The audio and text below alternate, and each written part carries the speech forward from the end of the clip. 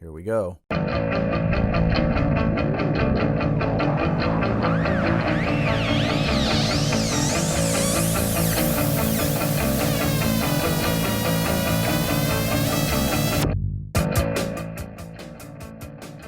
Well, hello everyone, and welcome back to I've Known You Too Long.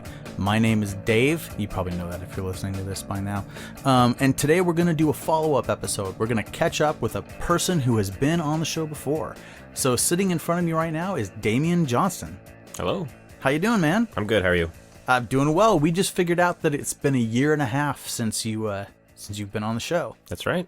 I would have guessed less than a year. I know. It doesn't seem long, but... Time is flying. Like, I've been better at accurately guessing how long things have been going by just wildly overshooting.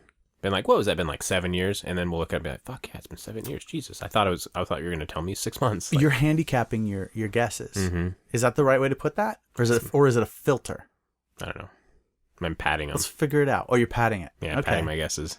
I've got there's no formula to it. That's a good idea. Well, we could probably come up with one, though. I think every 6 months you think it is, add 3?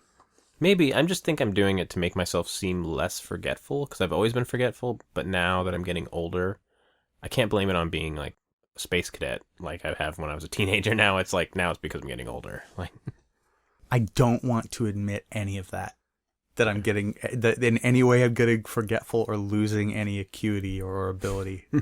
I don't want to admit any of it. It's happening, man. I used to have fucking super eyes. Remember that? Oh, you did. My eyes are crap now. Yeah, one of my eyes is not so great. It's still probably better than a lot of people's, but it's not like it used to be. I can't see like 2 miles. Let me ask. The signs. When you said you used to have super eyes, do I remember that? What specifically have we been in where we relied on your super eyes? On tour. Did we for like spotting like signs and stuff, freeway exit signs? Yeah, totally. I'm shit at those at the best of times, so I probably just let you guys do that. Even in Playing Enemy, which wasn't even that long ago, which was 20 years. No, I don't know. It wasn't that long ago, but getting close though. Honestly, they would make me sit up front, shotgun, because I could read street signs like 6 or 7 streets down. Dude, I can't read a street sign usually when I'm at it half the time. Yeah, and that's not really new for me. No, and it's unusual. I mean, I did it first to show off, and then it was like, it's like that part in Ratatouille where they find out that he can smell everything. Like, I don't know if it was right at the beginning, like the little rat can smell all like the poison it's hidden in the food. Mm-hmm. And it's like kind of a superpower, and he kind of is proud of himself for a second, and then it realized it becomes his mundane job to smell every single thing that people bring him. Right. I was going to try to play this off like, oh yeah, that part, but I haven't seen Ratatouille. Really? I know it's dumb. It's Patton Oswalt, right? Yeah. And I like him. I lost track with movies around that time. Okay. Well, it's there for you when you want it. I saw a few, but I couldn't get to the animation. It is there for me. It's a gift that'll give later. Yeah, it's good. What have you been doing since you were here last time, man? I probably talked about letterpress last time. I think you were just getting it going. You were working in the frame shop. Mm-hmm. And so what's going on now? Still with the frame shop. Now I'm only in the frame shop like 3 hours a week. Like Monday evenings, I help them close down the shop. I'm in the letterpress shop that we have built every day. And you guys are taking orders? A little bit, making cards generally, and now they're getting carried in stores. It's a slow process. I mean, it's not... You're making a product that is like wholesaling out to stores? Mm-hmm. Oh. We sell it. We have a big store, and we have tons of room, so we make a good price point on the cards I sell, because, it's like... we sell everything. You know how wholesale works, right? You own a store. Yeah. And I'm sure if people listening don't, they can guess, or they can just not care. Well, it doesn't matter. But here was the Excursion way. You pay for something, and then you don't price it high enough to ever make your money back, and then sell half of it. Yeah. Is that how you do it? Or have you figured out a better way? And you give it to all your friends, because what you really want is just to make people think you're cool. I just want to have fun, make something, and then, oh God, now I have all this something. What do I do with it? Yeah. No, it's... No, I'm trying to be more responsible, because it's not my business. It's their business. I just run it. So I'm trying to make money for them. So, we figure out 4 years till we start making money.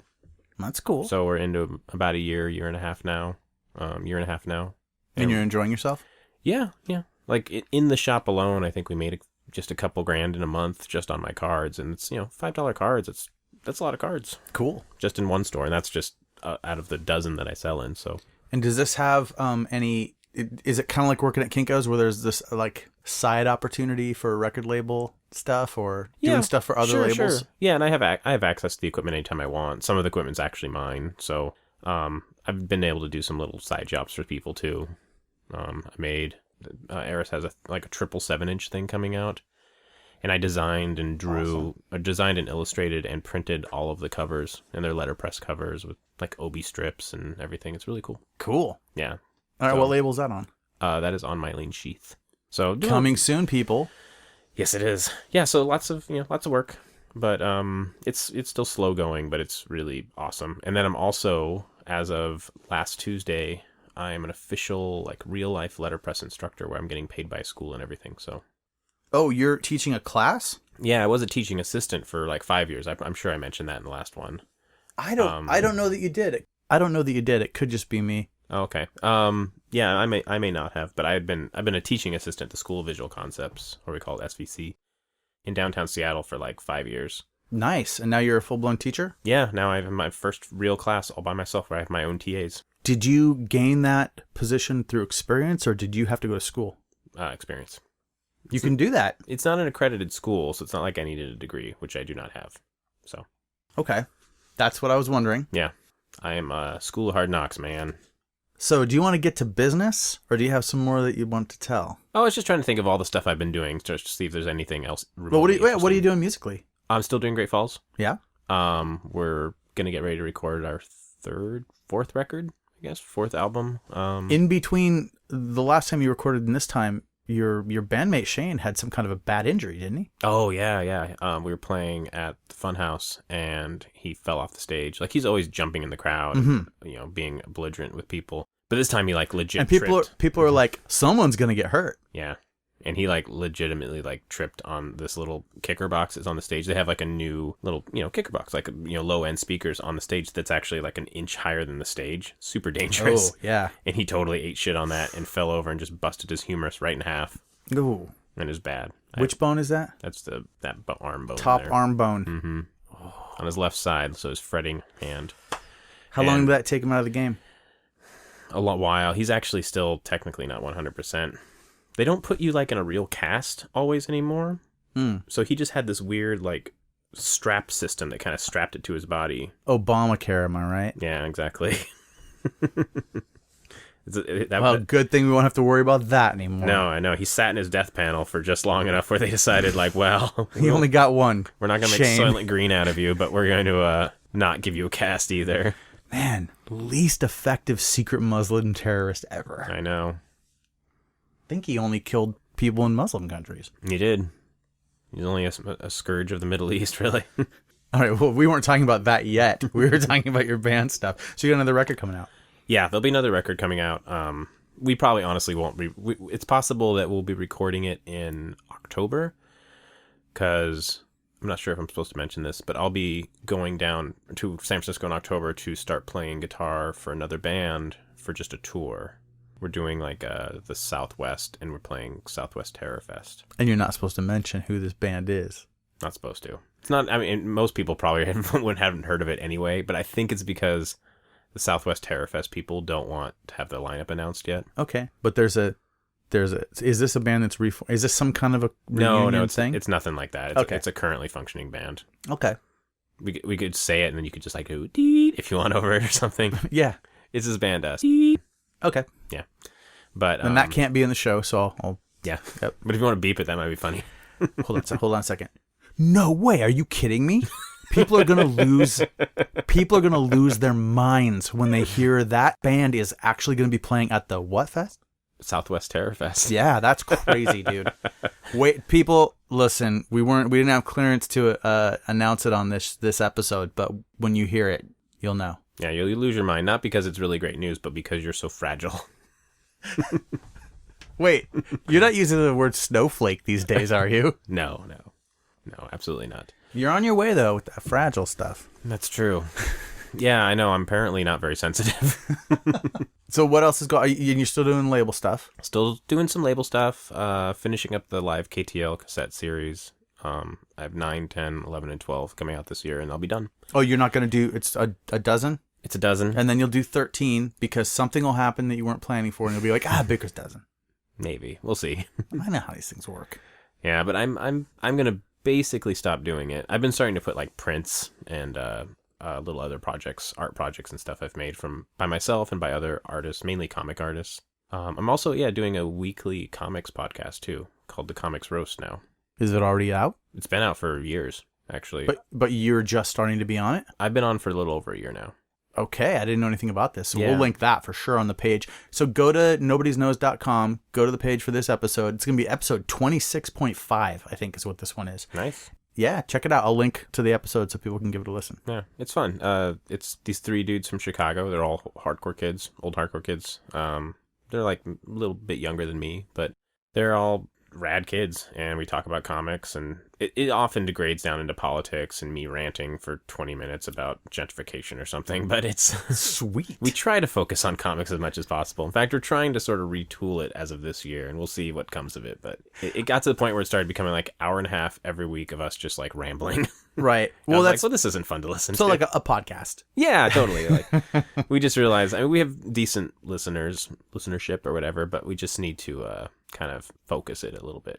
Okay. Bring it in. So cool. Well, hopefully you'll gain a couple more listeners off this. 1 or 2. Hey, people, if you listen to this podcast, I know there's a few of you. Go check out that other one. And if you're for some reason from that other podcast listening to this, hey, welcome. Go listen to all the rest of mine. Yeah, they're good. All right. So I figure we should. There's 2 lines of like topics that I want to get into with you. Sure. Because there's 2 places where the world is going crazy, and both of them, at least once a week, if not every day of the week, I think to myself, what would Demian think about this? Or I look on Facebook and see what you would think about something I don't even know about yet. And all of this is because somehow Donald Trump got elected. We were recording this on the 12th of January. He is 8 days away from the inauguration. Yep. And he had his first press conference yesterday, if you want to call it that.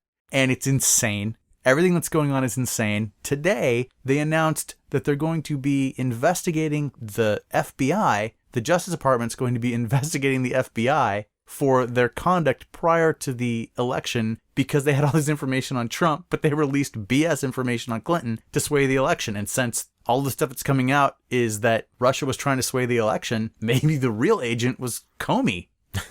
That's the FBI director. Anyway, that was some commentary along with what's been going on. Demian, where are you at today with what's going on? It's fucking bananas, man. It's so crazy. I mean, we have a cartoonishly underqualified person going to have essentially the most powerful office in the world. Okay. When I heard the clapping and cheering when he was talking down to the reporters yesterday while watching the press conference, I thought to myself, what reporters would do that? And I thought, well, are they trying to cheer on the person that he's talking down to?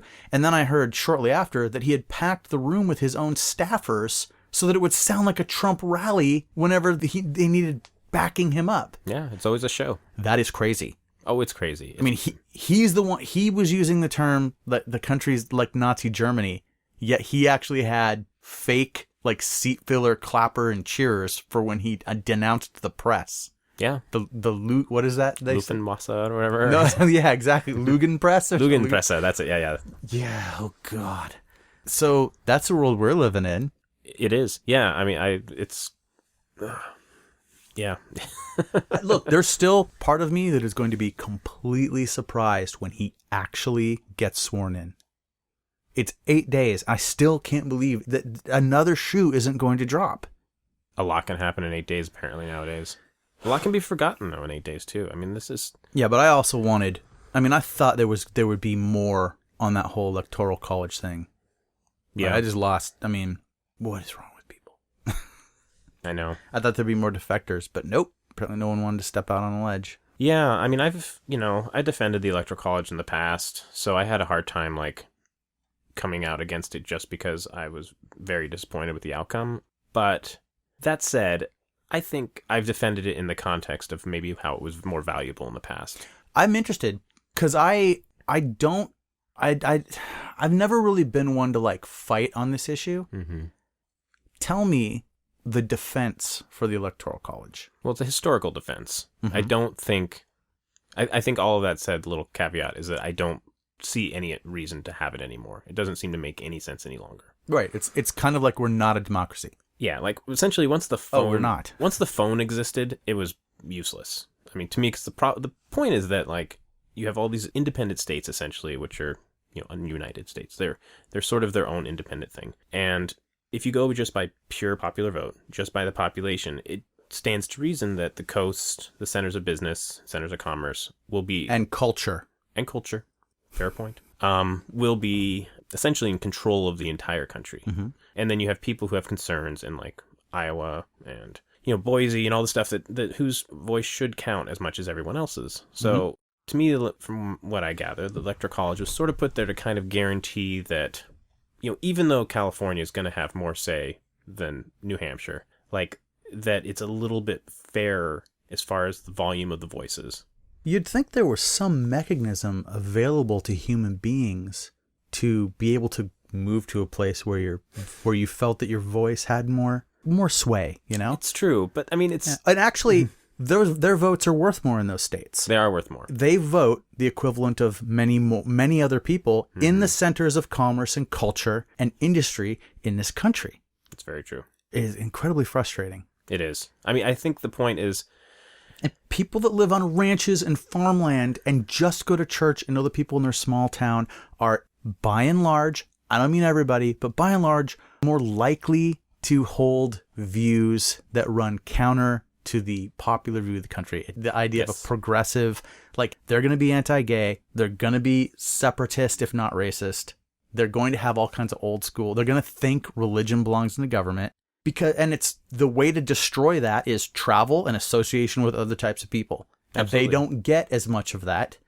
I mean, maybe they travel, but I don't know. I mean, perspective. They don't have perspective. Yeah. And so it's frustrating that they have so much political clout. I mean, some part of my defense is, especially a long time ago, these people still contributed, and at one point quite greatly, to the economy when we were agrarian. Yes, and it made a lot more sense then, because essentially you could argue that there was almost like a serfdom level of power if they didn't have that. Dude, we've said agrarian and serfdom in the same little section, dude. Now you're kind of winning me over to it, brah. But all that said, like, that makes a lot of sense when those people don't have a voice that can travel outside of their town. They don't... Right, like they don't like to. Yeah. Yeah, but I mean, it's like when you're living in Chicago or New York or San Francisco or Seattle or wherever, and you don't even get to hear their voice because it's just so quiet. It's so far away and it just doesn't matter. They still need to be heard and they still need to feel like they're part of the process. So there was a time that I felt like that made sense. But once, especially... Well, and their senators already are giving them too much representation. On top of the fact that their presidential votes are too powerful, they are already overrepresented in the Senate. Yes. It's garbage. Yeah. And we can get into the gerrymander thing too if you want. And then gerrymandering on top of it. You know where it came from? Gerrymandering? There was a guy named Jerry? Yes, actually. Is that true? Yeah. Hold on. So the dumbest solution to that is the one? He had redrawn a district that was fucking Is crazy. His name Gerrymander? No, but... And I might be a little off on the Jerry part, but I'm pretty sure that... but... Gerald Mander. I think it might be Gerald. He was Sir Gerald Mander. He drew a district that looks so crazy in order to, like, keep himself in power. It looked like a salamander. So it's a gerrymander. And that's where it comes from. That I do not believe. What are you trying to do? You even have a look on your face like you got caught. No, you shouldn't believe it, but you should look it up when you get a chance. I'm sure the story is a lot cooler and better if it's told by someone who didn't read that like 10 years ago. But the other day I was recording something and I said that the horizon line is 13 miles away. Mm-hmm. And today I was in a store and I heard one of the employees say, well, you can only see 8 miles till you hit the horizon. And I stopped because I had overheard him and thought, he's wrong or I am. Yeah. And I didn't even look at... Oh, thank you. Yeah. Wow. See, I love it. You're bringing a new perspective because I actually didn't think of the third way. Yeah. Yeah. I don't know. Is it 13 miles? I have no idea. I am agnostic on that. We'd have to look it up. I'm assuming total flatland, right? Like if there were no trees or mountains obstructing the proof that we live on a flat Earth, your eyes can only see 13 miles if you have good vision like you. So maybe someone like me, it's like more like 8. I don't know. I have no idea. Okay. I mean, we have devices in our pockets right now that we could figure Yeah, that but out. I don't want to do it. I know. People can... I like the idea that maybe someone listening to this would be like, now I got to look it up. I know. Well, it drives my wife crazy. We had an argument about it the other day. We were separated for a period of time in this last year and a half as well, but we're reconciling and we're working stuff out. Congratulations. Thank you. But it drives her fucking nuts that she'll say something. It'd be something like that, or like, who was that guy in that movie? And I just pull my phone out, I look it up, and she's like, "What are you doing?" I was like, "Well, I'm trying to figure out the answer." She's like, "Well, don't you want to talk about it?" I was like, "No, I don't want to sit here and just be wrong longer." Like, first of all, it doesn't, Robert De Niro's first movie doesn't matter. I mean, it matters, but it doesn't matter. So let's just find out what the answer is and move on. What was the answer? I just pulled that example out of my top of my head. I have no idea. Raging Bull, was that his first No, movie? was it Mean Streets? Was that introducing Robert De Niro? Or Maybe. is That was he in Alice Scorsese's Doesn't first. Live Here anymore? No. He's not? See, I don't know. Maybe. I don't know either. And I'm not going to look it up. I'm fucking tracing the shape of my phone in my pocket right now. I want to look it up so bad. I can see you doing it. I know. I should put my phone in the hallway. Okay, sure. And it's probably totally something else. But so the flat earther thing, that brings me to what you were talking about on Facebook today. You made a kind of angry post about... Oh. Explain it, because I'm not going to explain it right. Okay. Who knows if I will either. I just had a little exchange with someone today. Someone very liberal, probably very compassionate and considerate of a lot of people's feelings, and, generally someone I would consider an ally in a lot of ways. But they sensed a little dissent from me because I was questioning part of this healthcare thing that didn't pass last night about the I think it was Cheaper prescription drugs from Canada. Yeah, it's Amy Klobuchar from Minnesota and Bernie Sanders, I believe, sponsored it. It was kind of part of this whole Obama... And then a bunch of Democrats voted against it. A bunch did. Yeah, Cory Booker, who's like the big star right now from New Jersey, and people love him. He's really charming and charismatic, and he's kind of got what it takes, as the book would say. Have you read the book, What It Takes? Oh, no, I haven't. You should look it up. All I know is that Trump says he's got a lot of dirt on him. Whatever. Well, Trump tweeted that. Yeah, of course. Oh, okay, well then it's been carved into stone somewhere. So I was just even though I agreed with this person too, I agreed. I was like, oh yeah, they probably should have passed that. But I mean, to be fair, there's probably reasons against it. And they just like went bananas and called me like a conservative apologist and all this nonsense. This is something that drives me crazy too, because it's, the one thing that I saw, the quick little, like, whatever, some bullshit news site that you probably shouldn't pay attention to. I just clicked on it to see what this hubbub was about with this bill. And it said that these, Democrats didn't vote for it either. 16 of them or something like that. And it said, well, clearly it's because they've got donation money from these things. It's like, well, wait a minute. They have to answer for that vote. There could very well be something else in that bill. I don't know. I don't know enough and I won't take a firm stand on something like that if I don't know. Exactly, and that's very responsible. And that's not what was the common thread through this entire thing. This is my problem. Like, this is what I talked about. Like, I used to think for a while that, like, the Trumpkins, like, they were the ones who just had zero problem with magical thinking, conspiracy theory. They wouldn't even believe it was a lie if you could prove it to them. Yep. Exactly. I mean, it's just, like, because of how Trump is, I will say there's that term benefit of the doubt. He never, ever deserves the benefit of the doubt. No, at this point, if he says stuff that sounds true, we have to assume he's lying. We have to. And it's not because we hate him. It's because it's the responsible thing to do. Because he has shown himself time and time again to be incapable of being honest. But someone like Patty Murray, Marie Cantwell, Cory Booker, they deserve the benefit of the doubt. They do. They do not deserve you jumping to some logical fallacy of like, well, they have to be working for the pharmaceutical companies and be like, well, I don't know if that's true. It's like, well, then what then? It's well, those are all Democrats that you named. Would you say the same for like a John McCain? Sure. Okay. Yeah. Right. No, I don't think anyone is a monolith. By the way, I hate Republicans. Yeah, me too. I'm just trying to think of one that has some respect, like to some degree. He still begrudgingly supported the candidate of his party. Sure. Yeah. I'm not even sure he did that, but he didn't come out and say, let's have a duel on the steps of the Capitol. You besmirched my military record, you asshole. if this were real America, the America that make America great again, we would fight to the death over your words. Yeah, I know. That's the John McCain I would love to see. And then I'd be like, God, that guy should run for president. I might vote for him. I know. John McCain 20 years ago I might have voted for. Yeah, just take the social politics out of it. Yeah. We fight about the money stuff. I don't mind if we fight about the money stuff, but just can't have the religious bullshit in there. The war stuff's not great either. Yeah, I don't want to fight about any of it because my side's clearly right. It's losing. Even though it gets more votes, it loses. Yeah. Some fucking how. No, it's fucking frustrating. So there's this, so now it's this idea that like, it's completely fine to just come up with a narrative and then just do whatever. Use confirmation bias, just support that narrative forever. And that was just something I'd always see on the right. Always. It was just like, there's almost too many examples to give you one.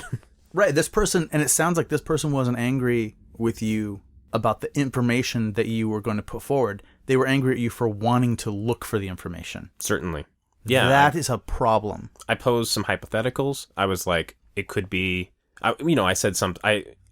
First of all, I think I made her feel bad because I clearly had researched it a lot, and I said what she'd said. It was hyperbolic, because it was. She said something like, this is just another example of how all Democrats are Republicans. I was like, okay, take it down about a million notches. Like, let's not lose our minds. And that apparently was very bad, and I was accused of mansplaining, which is a real thing, and I totally think it's a bad thing. I just don't think it needs to be every time a man speaks to you is not mansplaining. Well, it's almost like there's a denotation and a connotation.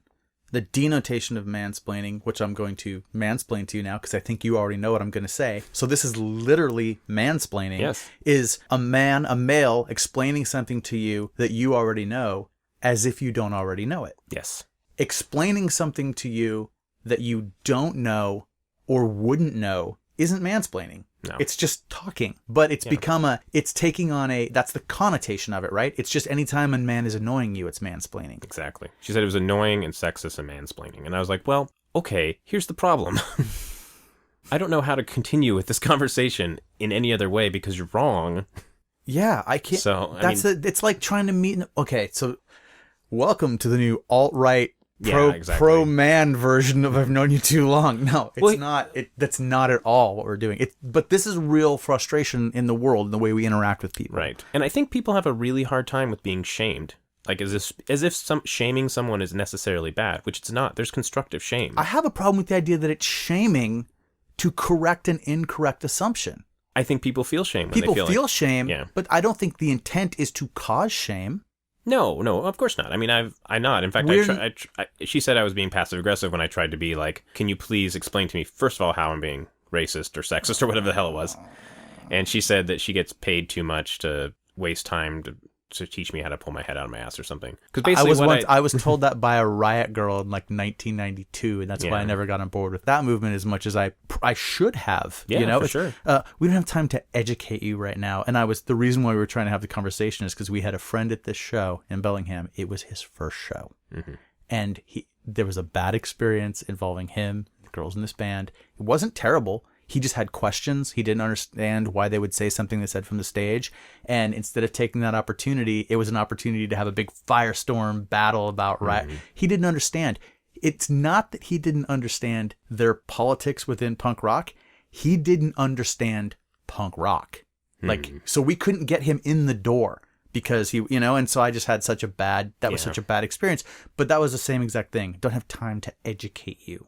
Well, I just don't you always have time to educate someone. Even if you're like, hey, I can't deal with this right now. If you're legitimately concerned, we can talk about it later. We can talk about it in a because I even said, like, do you want to just talk about this on private message? We don't have to do this in public. You can just tell me when you have the time and I won't even respond to it. Like, if we don't have to have it back and forth. You can just, I would appreciate being, corrected. Communication is two-way, right? So like, if you just want to get what is your thinking inside out, play on the top of a mountain to no audience. Just get it out, like with no response, or have the argument in a mirror. Absolutely. Which I do. Okay.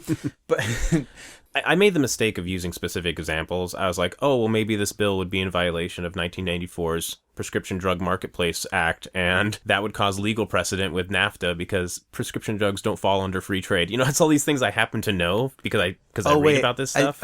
You're like, it's just something I happen to know because, like, I read about it. I did not say that, I think thankfully. you did. And like you looked at her like, and she could tell that you were thinking, Yeah, because I looked at her. can you read?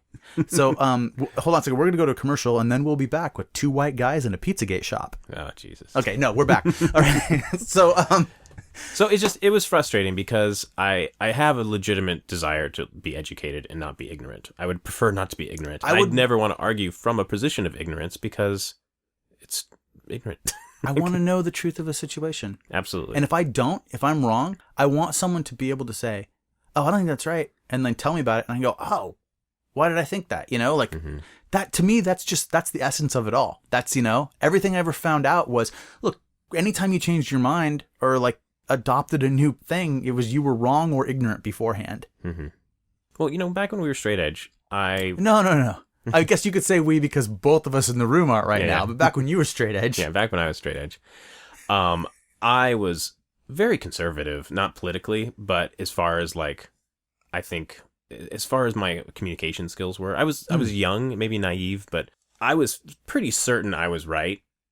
And I spent more of my time when I decided to start engaging people. I spent more of my time like waiting for my chance to talk, so I could like talk my way into making sure everyone understood how right I was. Really? Or I knew how right I was. Oh, certainly. I mean, I think being friends with Mark made it more difficult because he's so opinionated, but he's also Mark Holcomb? Yeah. He's also like right. He, by most the of way, time. was the first person to tell me about the topic we're going to go into after we get out of politics. So Mark is going to come up more than once. Nice. But I love Mark.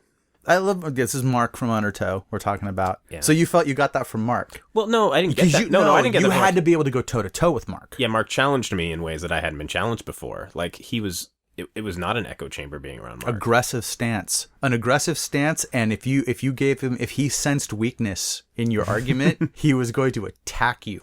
But I think he came from all of his perspective and arguments. I think came from a place of rational thinking, which I don't see much. Right, and if you don't play with a stronger opponent, or at least an opponent as good as you, you're not going to get better at whatever it is you're doing. Right? Exactly. Like, you know that. Remember that thing with the kid jumping over the like 6-inch high hurdles. And they were like, if you don't inspire your kid to succeed, whatever, you know, and then they give him a participation trophy afterwards, I guess. Yeah. I don't know. So, I like someone who wants to come in and do battle and to come with facts and be able to back up what they say. And that's what I've been so frustrated for 8 years. Republicans have talked shit. Conservatives have talked shit they couldn't back up with reality. It was all this Breitbart bullshit, all this fake news stuff, all this birther nonsense, and all kinds of garbage. And then claims about economics that are not backed up by numbers. Right. Ever. Yeah, we have to hear about trickle-down fucking economics every 4 or 5 years now. And they don't call it trickle-down. They just say the things that will happen if you... Yeah. And it's bullshit.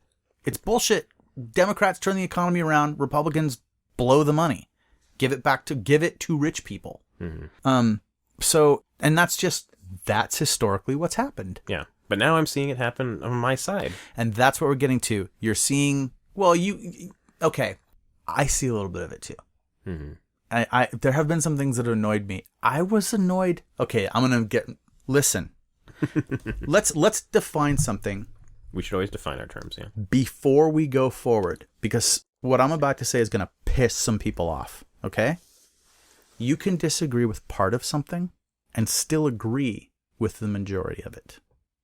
Sure. For example, Obama has been a great president. He's also a murderer. Yes. Like all presidents are that have had any kind of war that we know about or clandestine services where people have died. They are all the person who authorizes the murder. That is something that I can't morally... I can, but in society can't morally get their head around, right? Like support. So yes, even though those things that he's responsible for are terrible and he has blood on his hands, in terms of other things that he's done that they all also have to do, I support him. I think he's done a great job. So I partially think Obama is a great president. Yes. And so... Totally on board. So, looking at the majority of a thing on this chart, I say, Obama's been a great president. And I don't need immediate, well, I'm sure the drone strike people didn't think so. When it's like, no, we don't. I've taken that into account already. I know about it. Good. We have these conversations. Good. But we don't have to have that conversation every time. I think it's okay. We aren't 2 groups of people in this country or 3 or 4 groups of people who all think the exact same thing. So setting that up, Meryl Streep's speech. I mean, besides the fact she was off by a year, I thought she did a great job. Was she off by a year? He did The Imitation in 2015. What imitation? Oh, The Imitation. Yeah. The Imitation, which was an imitation. Yeah. She was right about that. Oh, so she said the wrong year? Yeah, she said the best performance this year. Oh. Oh. Well, she probably saw it this year. Yeah, she probably did. Well, yeah, because he also did it in like November of 2015. Oh, well, does that count for? Because I know the years are a little bit different with the seasons. No, honestly. Yeah, what time zone was that in? It might have been. It might have been a few months off from us. Well, it's the foreign press, so yeah. I don't know. No, the thing about I was annoyed that she decided to go after football and mixed martial arts, and here's why. I'm not a big sports fan, right? I respect mixed martial arts, and I respect what guys that can play professional level football do. But yeah, I mean, a lot of dumb people consume that product, but a lot of smart people consume that product too. And the people that consume that product need to be on our side. Sure. They need to be on your side. She made it 2 things that needed to be done by her speech. She needed to, or she's just speaking to the echo chamber. She's just speaking to the people that already agree to her. If that's the case, that's fine. She should have talked about how, Christian people in the Midwest are awful. And she should have just kept going and just done more denouncing of people in this country. The people who went out to the polls and got this guy into the presidency. So I don't know why you would do that. I don't know why you would go after that and then make this whole thing about those are not arts. It's like, come on. Like she's doubling down on the mixed martial arts thing. And it seems like a bit of a straw man too. I mean, I think people who enjoy those things don't even think of it that way. Like that seems like that's a weird. Right. And it's not like they're not also watching TV the rest of the time and going to the movies and they probably, look, most of those people probably think she's a great actress because she is.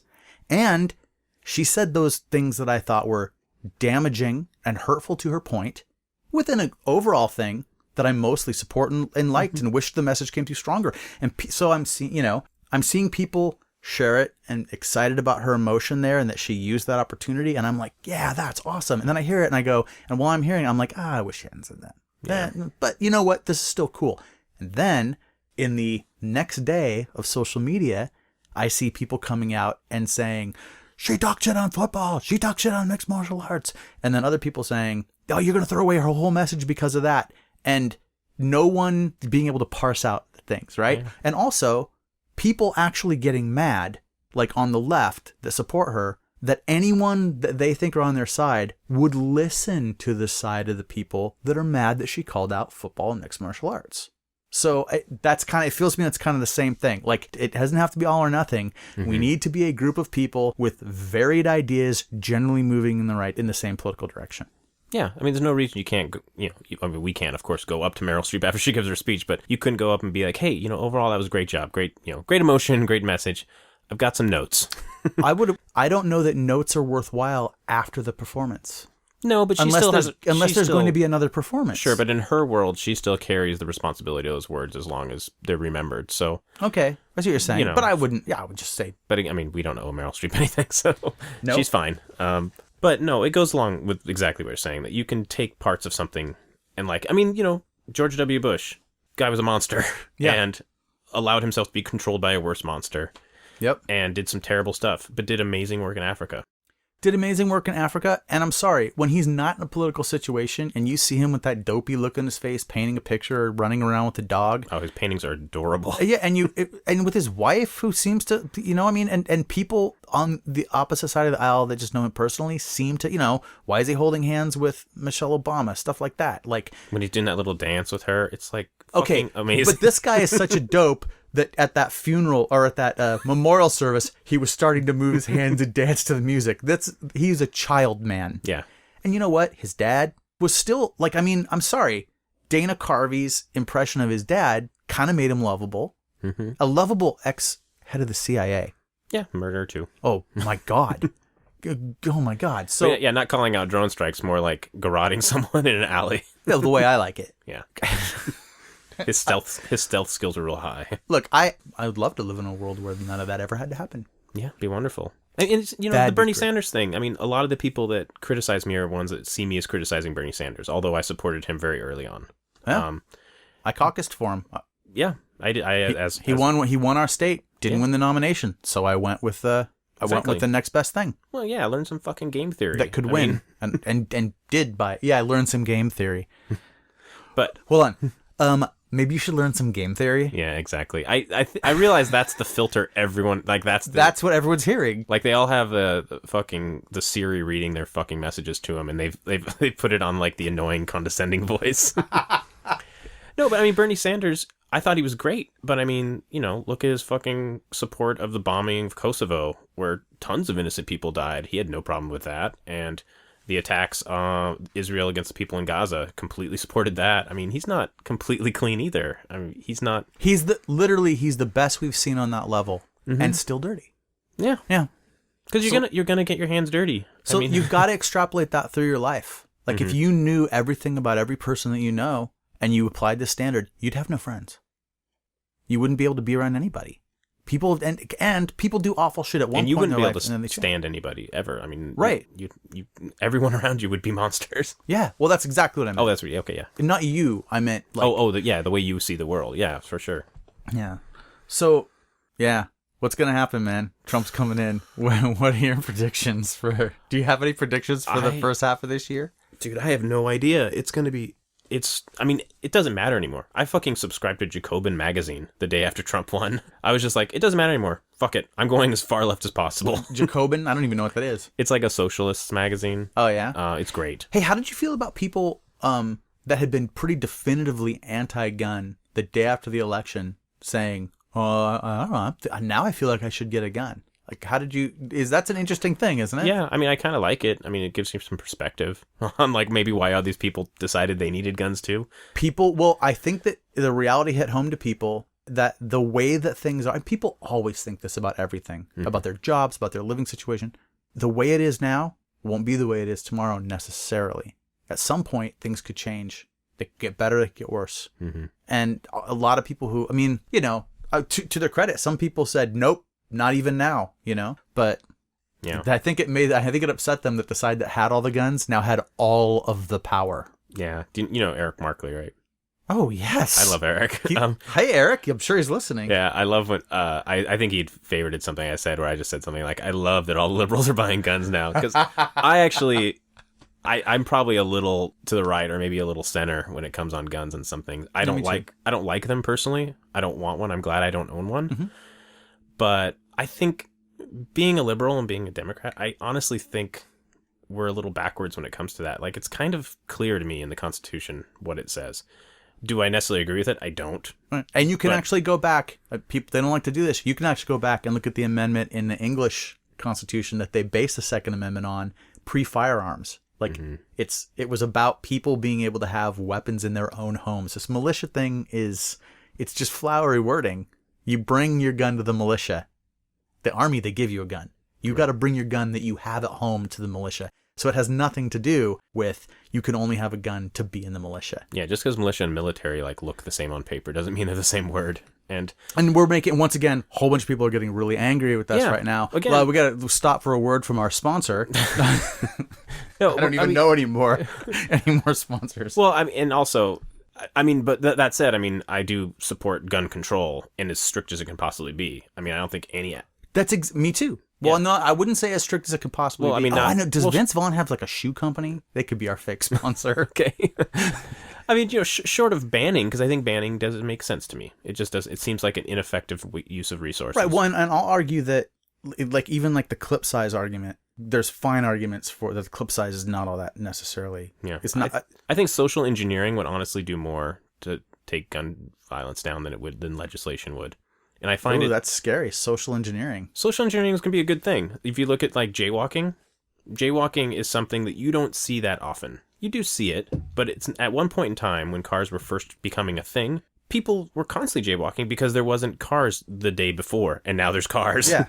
And people were getting killed all the time, especially in New York City. And they tried making laws against it. It didn't work. They tried fining people. It didn't work. One cop for every 1,000 people sure, he writes 10 tickets a day. That's nothing. You're not deterring anyone. So they discovered that they could start coming up with like catchy songs about how like it's lame to jaywalk and making it like parts of, plays and, books and stuff about like essentially like why that's wrong or rude or whatever. And people just took to it and it became a thing. Like you didn't have to legislate it away. You could just sort of culturally push people in the right direction. Yeah. And our culture is so powerful now and reaches so far. I mean, gay marriage is legal not just because the Supreme Court finding, but because of the public pressure. Mm-hmm. Because it's just like, dude, no one gives a shit. Like, people in red states don't really give a shit anymore. Yeah. Like, there's gay cowboys and everyone's like totally cool with it. Like, it's just fine now. We just move on. So You weren't talking about football. No, not football. I have a prediction. I could be wrong. So if Trump makes it to being president, gets sworn in, and doesn't get him impeached right away, and he actually gets to nominate, because there is one, hey, all you lefties who talked shit on our Democratic nominee all the way up to the election, the one that she lost with almost 3 million more votes because of the swing states, because no one could get a fire behind her because Jill Stein this and what's in her emails and all that garbage that you guys said. And lesser of two evils. Remember that lesser of two evils stuff? Well, some of us were screaming our throats hoarse that there was an open seat on the Supreme Court that was not being filled. An open seat. Never in my lifetime has there been an open seat. The fear has always been that the president that gets elected will get to nominate one if one comes open. This time, it was guaranteed. We were voting with an absolute guarantee for a maybe 20, 25 year effect on the direction of our country politically. That's why I was mad at you then, and I'm still mad at you now. But here's the deal. Here's my prediction. Trump's got to do something to try to win the people that didn't vote for him. I think he nominates Merrick Garland. Because he was already the most conservative judge that Obama could have nominated, and he had already passed conservative muster before. Mm-hmm. So it won't even it takes it away from Obama, but then as a nod to our outgoing president and as a show that he's a president of all of us. Because do you really think Trump cares? I think Trump suffers. This is armchair psychiatrist here. I've been in therapy for a while too, so I've learned a bunch. No, I'm just kidding. I haven't learned nothing, but I have been in therapy and I fucking love it. I think he suffers from narcissistic personality disorder. I think the reason that maybe there might be something to some of this Russia blackmail, being peed on stuff. No, they didn't pee on him. Everyone thinking it's that Trump likes to get pissed on. There's nothing wrong with getting pissed on. There's not. Oh my God! I actually heard the term kink shaming the other day. Mm-hmm. No. If you just get buckets of piss poured on you if that's what you're into. Totally cool with it. Totally cool. The point is, love sex workers. Great. Yes. The point is this: he paid prostitutes in Russia to pee on each other on a bed that he knew the Obamas slept in because he got off in knowing that he was causing a bed they slept in to be soiled.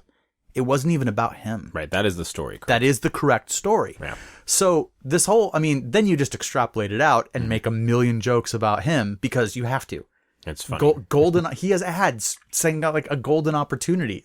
There's you got to do it. Destroying his brand would devastate him because that's, again, he I think believes is a true narcissist. I think Putin knew this and knows this. I think Putin completely was able to dissect this person. Was like, if I compliment this guy, if I make it seem like I think he's great, he will return that favor because he is empty inside. So if you give him a little compliment, you give him a little something, he gets fulfilled from it. It's like he's a serial killer and killing is the only way he can get an erection. But he's not. He's a narcissist, and saying nice things is the only way to where he can feel human for a few minutes. Ugh. So this is, I think Putin's played him well, so I don't think he does want to win the people over who didn't vote for him. I don't think he gives a shit about them. I don't think he gives a shit about people who did vote for him. Yeah, but he has people who are playing a longer game that are trying to look ahead for more than just tomorrow. Yeah. There have to be political strategists out there that are suggesting stuff like this to him. There probably is. So that's my guess, if I had to guess. But I've been wrong about everything for the last couple months. Oh, yeah. So who knows? Going back to pick on my Bernie friends for a little while, too, every time I heard after Trump won, Bernie would have won. And they're like, why do you think that? They're why? They're like, well, look at the polls. I was like, you fucking talk about polls after this fucking election. So the guy that got less votes in the primary would have got more votes in the general? Yeah. Yeah, once the Republican war machine turned on the socialist, you think that would have gone well? My mom was like... Well, here's the thing.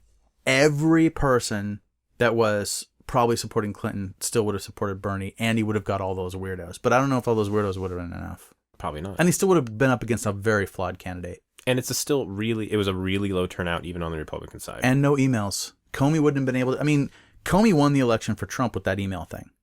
Certainly. Because she had poll momentum up until that announcement, at which point the polls turned around and started moving the other way. Well, the pussy grabbing video was still trending, if you want to say that, at that point. Yes. Like, the fact that he admits to sexual assaulting women well, he was says it's still not a sexual. thing. This is locker room talk. I like to try to say the talk the way he does with this much talk. Yeah, he's a peach. No, but I mean... I genuinely hate him. Yeah. No, I know. My family members had said... For reasons. Like, it's not because of his race or anything. It's because of how he acts and his politics, and he's a liar. I love that thing where it's like we hate Trump the same way you hated Obama. No. But we hate... Well, it was like some tweet or something that said something like, we hate Obama because he's racist, or we hate Trump because he's racist. You hate Obama because you're racist. Right. It's not the same way. Yeah, it's not the same at all. No, but there's people in my life who were saying like, well, I would have voted for Bernie over Trump. Yeah, totally. Even there's all Trump supporters. Oh. And they're like, oh, absolutely. I mean, I'm not a huge fan of Trump, but he's really going to help this country out. No. And then in the next breath, they'll be like, after saying they would have voted for Bernie, be like, just anything to stop the stem of socialism. I was like, motherfucker, he's a socialist, right? And then you just get this weird look on their face where they realize like, oh shit, I know as much about Bernie Sanders as your average voter knew about Kasich or whatever. Right. Like, oh, God, can you imagine how great at Kasich presidency would be right now? At least it would be boring. Oh, horrible things would still be happening. Like, horrible Republican things would be happening. Fuck conservatives. I know. I mean, he's another one who's, like, almost reasonable. But then you're like, oh, but if you're a woman, then no, he's horrible. And also, people who've listened, who if they didn't tune out when we were getting all fucking men's rights a little earlier, just so we're clear. I'm not going to speak for you, Demian. You can chime in if you want. But if it came down to a really annoying person of whatever gender or orientation telling you were mansplaining and being wrong, but you being a total Breitbart-loving, like, right-winger who was correct, I'd still take their side against you because you're an asshole. Just so we know where we fall. I don't always agree with the people on the left and with the people who I'm annoyed with. I'm just talking about being annoyed by them, but they're my team still. Mm-hmm. Okay. No, I know. I love subversion, and I love to subvert even my own world. Like, I loved that. I'll just talk about Undertow for a second again. I loved that Undertow always seemed to be a little bit like, yeah, but fuck you straight edge guys too. like we'd play the pro pot benefit, and, we show up at the show with the fucking green hair and dreadlocks, and John, of course, had like a Madonna t-shirt on or something, but, I just liked that there was that little bit of like, yeah, well, fuck you guys too. Yeah. Fuck everyone who's not our friends, and fuck our friends especially. But no, I know. I mean, it's still my team, and I care because I want a clean house. I was very upset about the magical thinking, the conspiracy theories. I love conspiracy theories, but... we're going there, dude. Okay. And you just said subvert, so I'm getting ready for who's really subverting our reality right now. Okay. Wait, you finish your thought. Oh, I'm just gonna say, like, I enjoy all that stuff, but it became people's thing, like that was just all they cared about was like these crazy things, and they could be right. We've talked about this. I think I said something last thing, like, when it comes to conspiracy theories, if you believe something without evidence, even if later you turned out to be right, you were still irrational to believe it in the first place. Yes. Like, you still shouldn't have believed it, even though it was right. Like, if it turns out that this is the Matrix, or that Elon Musk is right and it's all a simulation, it's insane for you to believe that right now. But if it is, and you find out later you were right, you just guessed. Wait, why is it insane for us to go along with Elon Musk? This is one of those things. I know a lot of very smart people who give that real, like, thought. Like, there's something there. It's essentially an extension of solipsism. I mean, it's... solipsism is the... no, I was just pretending I knew what you were talking about. Solipsism is essentially the idea... Mansplain it to me. Okay. Listen, honey. You might not have enough time in your day of shopping or whatever. Okay, now this is a parody of mansplaining. No, solipsism is essentially like the belief that you are the only mind. Like, you were the only mind of the world. You could be a brain. That was me agreeing into my cup. Yeah. You could be a brain in a jar, but you were the only mind, and we are all constructs of I mean, your in a mind. way, aren't we all just brains in jars? Possibly. No, I mean, I'm okay. If your head was like a jar. Oh, yeah. Okay. I think the hallmarks of what makes something a jar, the lid's usually in there, and, I don't know.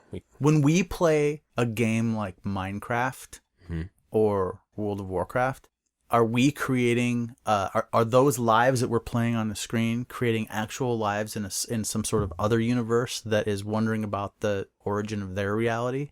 Possibly. See, that's just dumb. The thing that I think But there are people, I'm sure, who believe that. The thing that I think we really need to worry about with video games that we could talk about later, or is it really AI? And there will come a time where if AI becomes so self-aware to be essentially completely indiscernible from being a human being, this is a little Westworldy here. Yeah. It would be absolutely immoral to cause a robot to suffer, even if that suffering was part of its programming. This isn't a new concept, and that's the measure of a man. Star Trek Next Generation episode, which is the best one. He's on I'm sure I've seen it, but Data's on trial for his right to be. Oh yeah, that is a good one. I remember that. God, not be taken apart to discover how to make more of him. And then later on, he discovers that some mining drones are turning themselves off to keep themselves from being destroyed, and he uses the precedent of his case to break orders and try to rescue these mining drones. That's awesome. I'll have to watch that again. It's on Netflix now. Oh, cool. I don't know how that one works out. And then, of course, when he made his own daughter, then that same guy from his trial came and tried to get her because now there were two of them. Oh. And then Starfleet was going to let him. But that was all. Yeah. That was lore, not lore. Lore is the other one, right? Who was the girl Data that he made in one episode and then she died? Dude, it's been since those were on TV the first time since I watched them. Bob Swift is screaming at the radio right now. Well, it's not on the radio. The computer right now, if he's listening. Because he knows. A few other people know. Yeah. A lot of people know the answer to this question. So this is a perfect... We've gone right into what I wanted to talk about. Okay. And you brought up Mark. Mm-hmm. So probably a little bit before we recorded our episode, I was at a party. Shane's party. For his marriage? It was a surprise party thing. Remember? Like my birthday party? At Shane's apartment? Yeah, that's what it was. It was your thing. Okay, so there was a party that we were all at, and Mark was there, and I was trying to get him to come on the show, and I have not been successful in getting Mark to come on the show, but... I can't wait for that to happen, too. It's going to be fun. Oh, man. And he said, hey, you know those bears? You know those bears in those books? You know the ones I'm talking about, and their name starts with a B? I know. He says, how do you say their name? I said, what, the Berenstein Bears? He said, yeah. How do you spell that? So I spell it. And he's like, do you know that it's not spelled that way? And this is the first... I was aware of this phenomenon, but I had never heard it talked about the way that it was being talked about. I think the Berenstein Bear thing blew it up for people. Mm-hmm. And you know exactly what I'm talking about. I'm talking about the Mandela Effect. Mm-hmm. What do you think? We didn't talk about this in your episode. We didn't, no. What do you think about the Mandela Effect? Well, first of all... Because you are very, very reasonable about these things. Mm. And you believe in, what, confirmation bias and pareidolia. How do you say it? Pareidolia, yeah. Pareidolia. We talked about that in your first episode. Tell me what you think, honestly, about the Mandela Effect.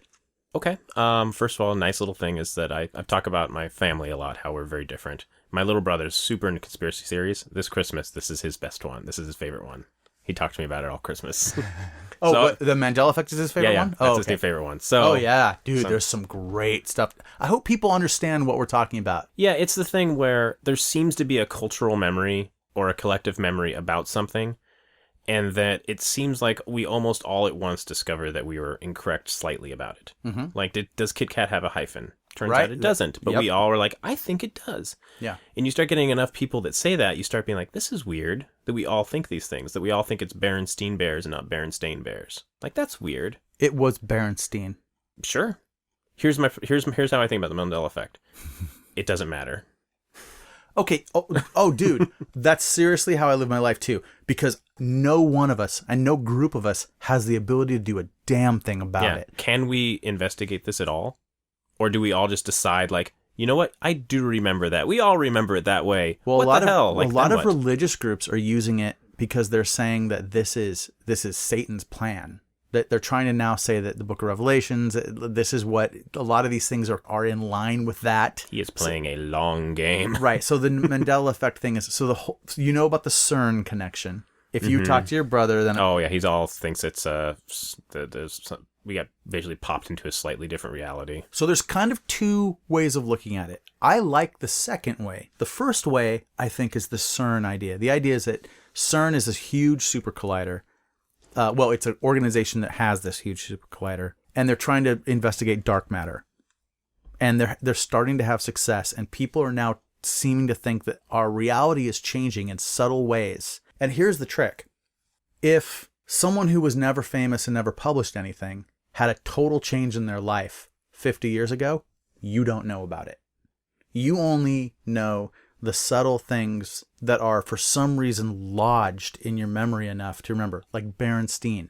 One of the reasons why the Berenstain Bears was so effective in this Mandela Effect is because now, just so people understand, it is Berenstain Bears, S-T-A-I-N, and it has always been Berenstain. Since the Berenstain's relatives came across a border from whatever European country they were coming from, and the border guard wrote it down Berenstain when he couldn't understand the real spelling of their name.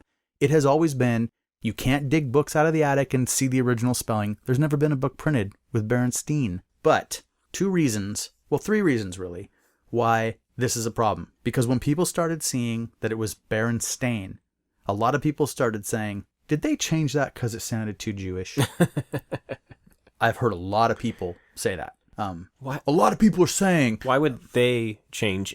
whoever the collective they are, why would they do that? Well, and that's where the confusion comes in, because everybody assumes that there must be powerful Jews at the publishing company or something. If they don't want to admit that that's a prejudice. Like they're hiding that the bears are Jewish? I don't know that it's maybe the idea is that in the world it would sell better with a less Jewish name in huge portions of the world, like maybe Muslim countries don't want to buy Berenstain Bears, but they want to buy Berenstain Bears.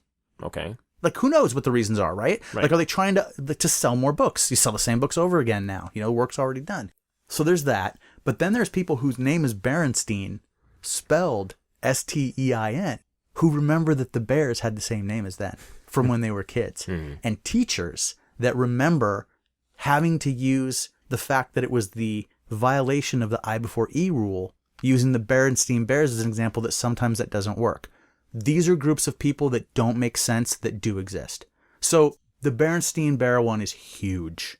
And then things like they call it the Mandela Effect because people remember Mandela dying in the 90s, but he died in 2012? Yeah, they think he died in prison or something. Yes.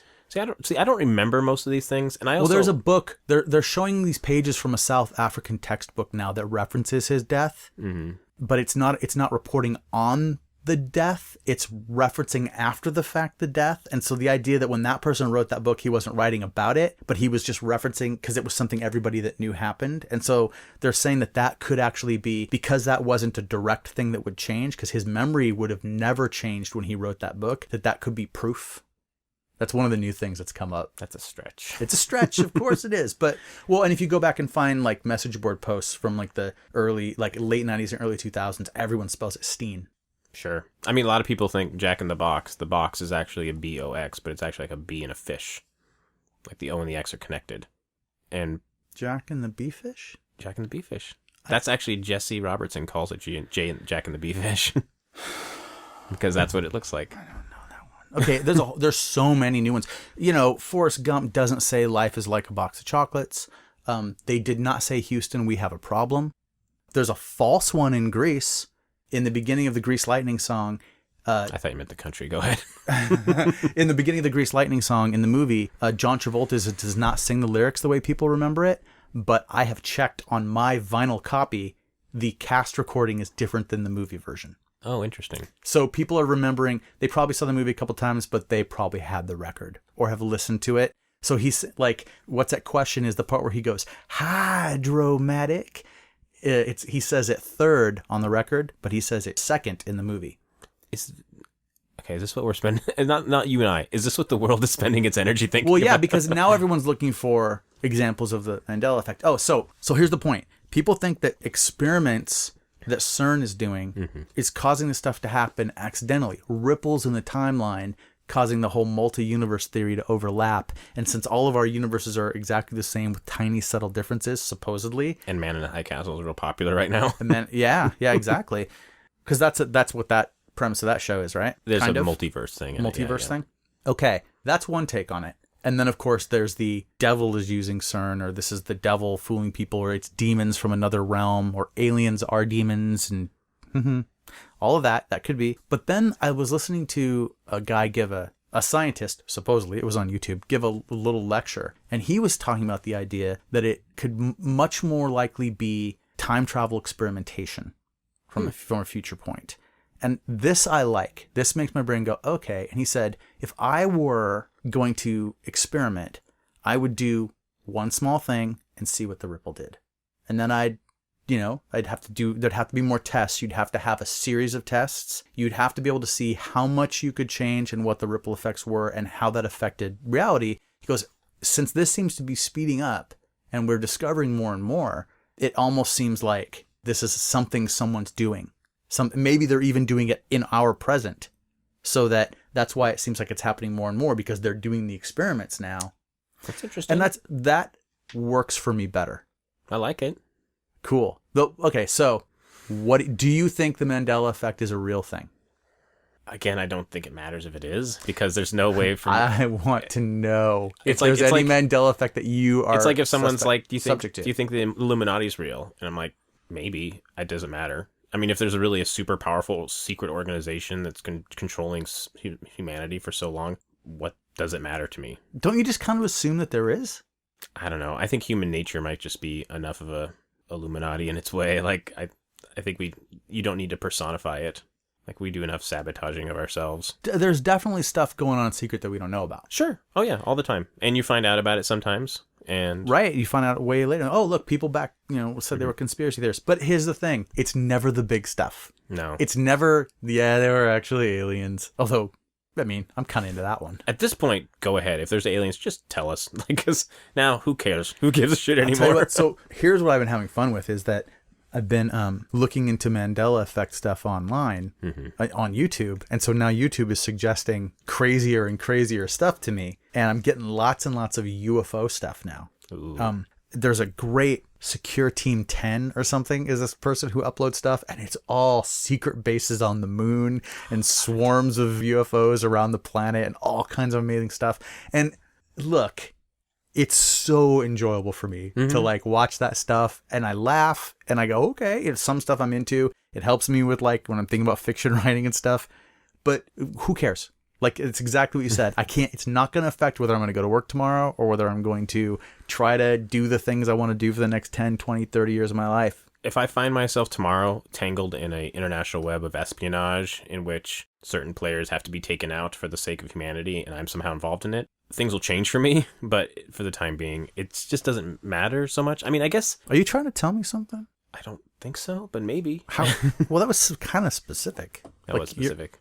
So you're the guy that's got to do the taking out, right? I have no idea. Like, are you the spy? Do you feel like you're an agent? I mean, maybe my level of narcissism allows for that, but... Are you kind of like a Bourne type character? I don't think so. I mean, even when he didn't know who he was still in good shape. Okay, I don't think anyone would invest that much time and energy into so an you're agent more and of let an this evil. happen. He was doing the hand motion at his own self, which I can do to myself also. Yeah, so you'd be more of an evil genius sitting back directing minions to do you're the bad guy in that scenario then. You know what my favorite story is for this kind of stuff? Please tell it. That I think would be awesome. There's a book I'm totally blanking on the author's name right now. It may come back to me. It's a horror book called Carrying Comfort. And it's about essentially vampires, but not really. They're these people. And I think there's people. Actually, the funny thing is I haven't finished the book yet. I'm about halfway through, and I've had to put it down, and now I have to pick. It's really big, and I got to start it over again. But I really enjoyed it, so I'm really excited to start it over again. It's these people that basically like drain sustenance off of suffering. Oh, okay. And they can control people, like use them like puppets. So they like, there's one character who lived through the Holocaust and recognizes one of these guys as having been part of being one of the death camps. Mm-hmm. And he was basically there just feeding off of the death. But this character at one point had been part of a a chess game that he was playing with another guy, and all of the prisoners were chess pieces with weapons, and they would force them, just like chess pieces, to go over and just chop someone's head off. Oh God. It was just really brutal, but the idea that they've been sort of controlling the world through suffering through all these years, it's just great. And it's just another one. It's like the Bertrand Russell's teapot in orbit thing. Have you heard of this? It's like the idea that the Black Knight satellite. You could say that there's a small teapot about 1 million miles from Earth orbiting the sun, and it's too small for us to see. Right. You can say that's there. Oh, There's no way to prove it, and it doesn't matter. I think there are probably people that do believe it's there because he talked about it. Probably. Now it's manifested. Hold on, that's a whole nother thing. Can you bring things into existence that way? Hey, in the multiverse theory, is there a universe where that teapot is doing that? See, I don't know if that's how it works. I don't know if there's a world where hamburgers eat people. I don't know if that's how it. I don't know if it follows the Simpsons rule of multiverses. I believe it's. I don't know. This is something I would love to know more about too. I love it. I love the idea that there's essentially just infinite universes everywhere exploding. Right. I feel that you are unwilling to denounce the Mandela Effect, and I'm gonna take it as a win. Yeah, I'm unwilling to denounce it. Oh, that feels like a win, Damian. I just don't think there's a lot of, you need to put a lot of energy towards it. Because if it is a thing, I don't believe it is, I don't think it's falsifiable. I don't think you could. I mean, how do you go back and be like, it was Berenstain Bears at one point, because now it has changed everywhere? I've had the idea that, okay. Is it more likely? I'm just going to make this up, okay? But this is how I feel about it, based on no evidence. And we know what this election did with people who have feelings based on no evidence. When they stop the experiment and we are no longer reminded of there's not new things changing, when the ripples stop, we will all adopt memories of the timeline that we're in, and we will forget completely about the concept of the Mandela Effect. This timeline hasn't had a chance to set yet? Yes, we're in the ripple. Okay. I mean, I'll make up something crazy. Let's say, you can induce deja vu in a person through brain chemistry. You can make someone just experience deja vu. So what if the pollution levels of our Earth have hit such a point that for our species, we're experiencing just subtle mass hysteria on a global scale? Oh, yes. Why not? I'm into that, too. I just pulled that out of my ass. There's probably at least as much science behind that as the idea of Nibiru, the killer planet. Oh, did I not pronounce it right? Planet X. It's around the sun right now. Yeah. Coming this way. Melancholia. Coming at us. The physics of it are impossible. Gravitationally cannot exist. Doesn't work. People totally believe it. They're terrified of it. The woman who made it up, in 2003, she went on the radio and told people to euthanize their pets because it was coming in a week. Why euthanize the pets, though? So they wouldn't have to suffer. Because we can't kill each other legally, but you can do something kind for them. Of course, I read that on the Wikipedia page about it. Get a cinder block? Or do they want you make appointments? And then apparently she said she had put her dog down, and then when she was the one that didn't come, because there isn't one, and she made this up. She said she knows about it because of implants in her brain from aliens. She's not a scientist, right? Or if she is a scientist, she's not using scientific means to talk about it. Right. She later said that no, she had a dog, but she didn't, this was in the 90s, so it's not like the internet was around, so they couldn't call her on it and replay it immediately. But she said no, she put her dog down because it had issues, control issues. Oh. Anyway, but then she created this entire mythology. All these people now have adopted it. It's become Planet X, Planet 12. There's a guy who postulated a Planet 12. Man. A lot of these different planets, because there's a lot of planets and killer satellites out there. This is just the most recent one, right? And some people think, well, it's all the same thing, but no, they're all pretty definitively different. It's like religion. Just someone made up some shit and it's really caught on. And you just happened to be born into the right one. Yep.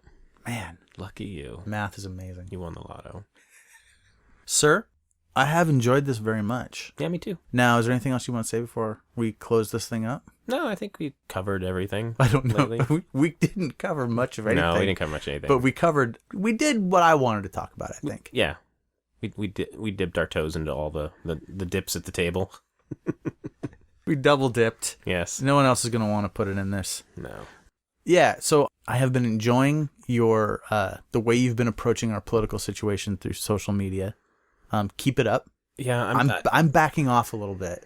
I know. For professional reasons, unfortunately. Oh, okay. I'm getting frustrated at everyone, and it makes me want to just like leave because I was like, no one's gonna fucking call Maria Cantwell. They're just gonna share another fucking article. Like, I don't know. Is there any point? Did we just do this to ourselves? Do we deserve this? I actually think that what's getting lost in all this annoyance in the arguing is that people are being politically active and they are flooding phone lines and sending emails. They are. I mean, the thing with the ethics committee last week. Mm-hmm. The Standing Rock check-ins did draw attention to that situation. Absolutely. No, you're right. On the news. I need to remember those things. I need to be reminded of those things. We almost train ourselves to forget things. The stuff that annoys you will seem 10 times worse than the stuff that worked because it should have. Mm-hmm.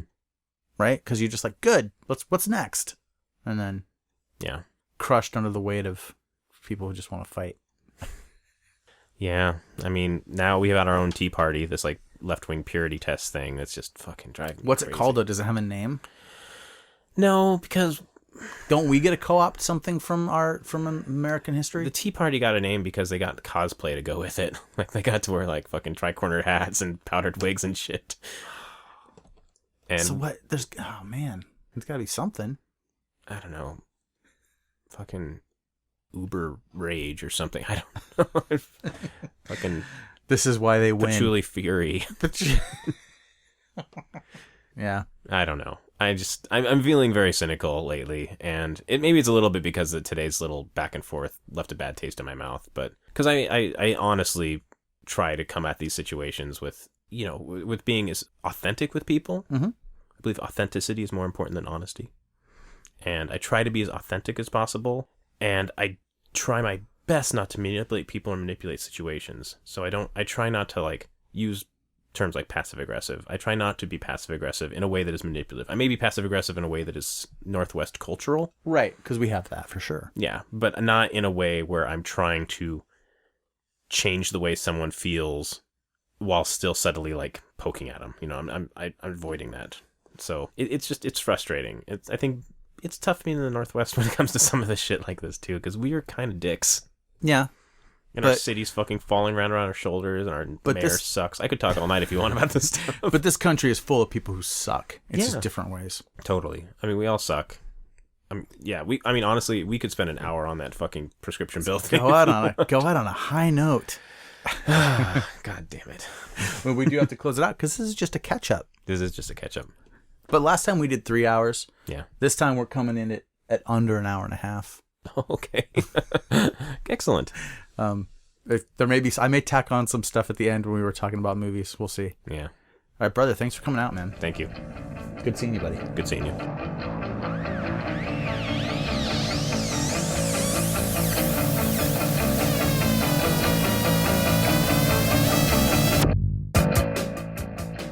Well, I enjoyed that. I'm enjoying having people come back in and talk about how things have been since the last time they came on the show and about the situation that we find ourselves in now. I hope you all enjoyed that. We got into some territory on that one, and I had fun with it. Now, as usual, I've got to go correct the record a little bit. Right off the bat, I'm going to say I made fun of Demian a little bit for that gerrymander thing that he said. And it turns out he was totally right. I said I wasn't going to believe it, but then of course I went and looked it up, and yes, he was right. Some guy named Jerry, thing looked like a salamander. That's close enough. The other thing that I wanted to figure out is we talked about the distance to the horizon that I'd heard someone talking and they said 8 miles, and I said, well, I about 13. I've said that over and over again. So I went and looked that up, and of course that's not anywhere near as simple as anyone thinks. It's different depending on where the horizon line changes depending on how high up you are. So here's some basics, taking out all kinds of other details. At an average height of 5'7", the horizon is just less than 3 miles away. But if you go up on a hill or in a tower and you can get up 100 feet, the horizon is 12.2 miles away. That's, I think, where I heard the original 13. I think whatever teacher decided to teach us that was using some kind of a from a top of a building thing, a scenario, I have to assume, because never in my life has anyone said the horizon was 3 miles away. But then as soon as you get up an airplane, it goes into the hundreds of miles, all the way up to, for U-2 pilots, they could get up to 70,000 feet. Their horizon distance was 324 miles. So clearly it really, you know, a tall person is going to be able to see a horizon line further away than a little short person. A little short person. That sounds a little dismissive. I don't mean it. I mean like someone my height. Yeah, so I think I've got a new one of these coming up before too long, but as I said maybe last episode, there's a lot going on right now, so I'm going to get these out as I can. Please go to the Nobody's Knows Facebook page, like that, follow us on Twitter, go to nobodysnose.com and go through the different pages and do all that stuff. Check out the stuff we've got up on there. I think it's a lot of fun. We'll keep putting content up, even if it's silly Minecraft videos, because they're fun. Alright, talk to y'all soon. This podcast is a product of the Nobody's Knows Podcast Network. Executive producers David R. Larson and K. Drake Streetman. Music for this episode provided by Polymorph from the record Artifacts, Demos, and Debris. I don't even get the concept of fan service. Yeah, I know. It's when it's just like, I mean, there's little things like, oh, remember those guys from the first movie? There they are again. Neat, right? Like, that's not necessarily the movie, but there it is. I mean, I understand that as being fan service, but it's like, 4 seconds? Didn't bother me. I enjoyed it. I mean, little moments like that. And in the other stuff, I mean, there's things maybe could have been done better or done differently that maybe would have played out better, but I mean, fucking, you know, hindsight, and it's a boring road to go down, honestly. You know what I've been thinking about? If a Death Star can destroy a planet, why did it have to clear Yavin 4 to shoot at the moon? Like, why didn't it just blow up the whole thing? Yeah. I don't know. I mean, because the moon would be pretty fucked if the planet was blown up. It's true. I don't know. I mean, there's not...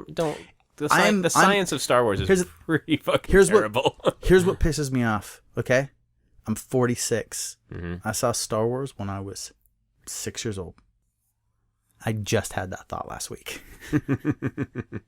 What the fuck? And it's fine. I mean, who knows? Who knows why? Is it an important enough thing to worry about? I don't think I've ever heard anyone say it, though. Is Yavin 4 a solid planet? Is it a gas giant? Was there some issue where maybe... It has never been addressed by anyone in anything, as far as I know. Now I'll probably have to look this up. And I'm not recording for... I mean, this is just us talking still. I might tack this on the end for fun, though. Yeah, I don't know. I mean, there may be a reason, there may not be. I mean, there's still sound in space in those movies, you know? You know what I tell myself? I tell myself that's the sounds they're hearing in the cockpit. That they've created computers that recreate the sounds as they would be experienced, that they can hear in their headsets and in the cockpits, because it would be too disorienting to have total silence. No one is ever actually in the vacuum of space. Interesting. That's how I get around all sound in space. Now, if you ever have a person floating in space, free, right, without any kind of stuff around them, and they're talking and they can be heard, then I'll say, that's bullshit. But I'll go ahead and do the plausible deniability thing all the way, you know? I mean, it just doesn't bother me. It's like, it's part of the fantasy for me. Did you like the way they did it in Battlestar Galactica? The new one? I didn't watch it. You didn't see any of them? So when they're in the cockpits, like, there's this weird muted sound. It's not that there's no sound. It's just that it's not the same volume as all of the rest of the sounds in the show. So when you're seeing stuff in the space stuff, it's like muted explosions and kind of like when things get close, they get close, but they never get loud. So it's kind of it's just a nod to the, yeah, okay. All right. And I mean, Firefly, they did perfectly silent space scenes, but there were very few of them. And I think a lot of that is because of the cost of doing them. Oh. I guess they did, didn't they? Yeah. There was never any sound. But there was sound inside the ship. No, it was a totally silent show. It was weird. People always ask, why? Who screwed over Firefly? Why didn't they get a second season? But everyone forgets it was silent. It was TV. completely silent. People don't like subtitles. It was weird. It was mostly sign language. Just too progressive. We should start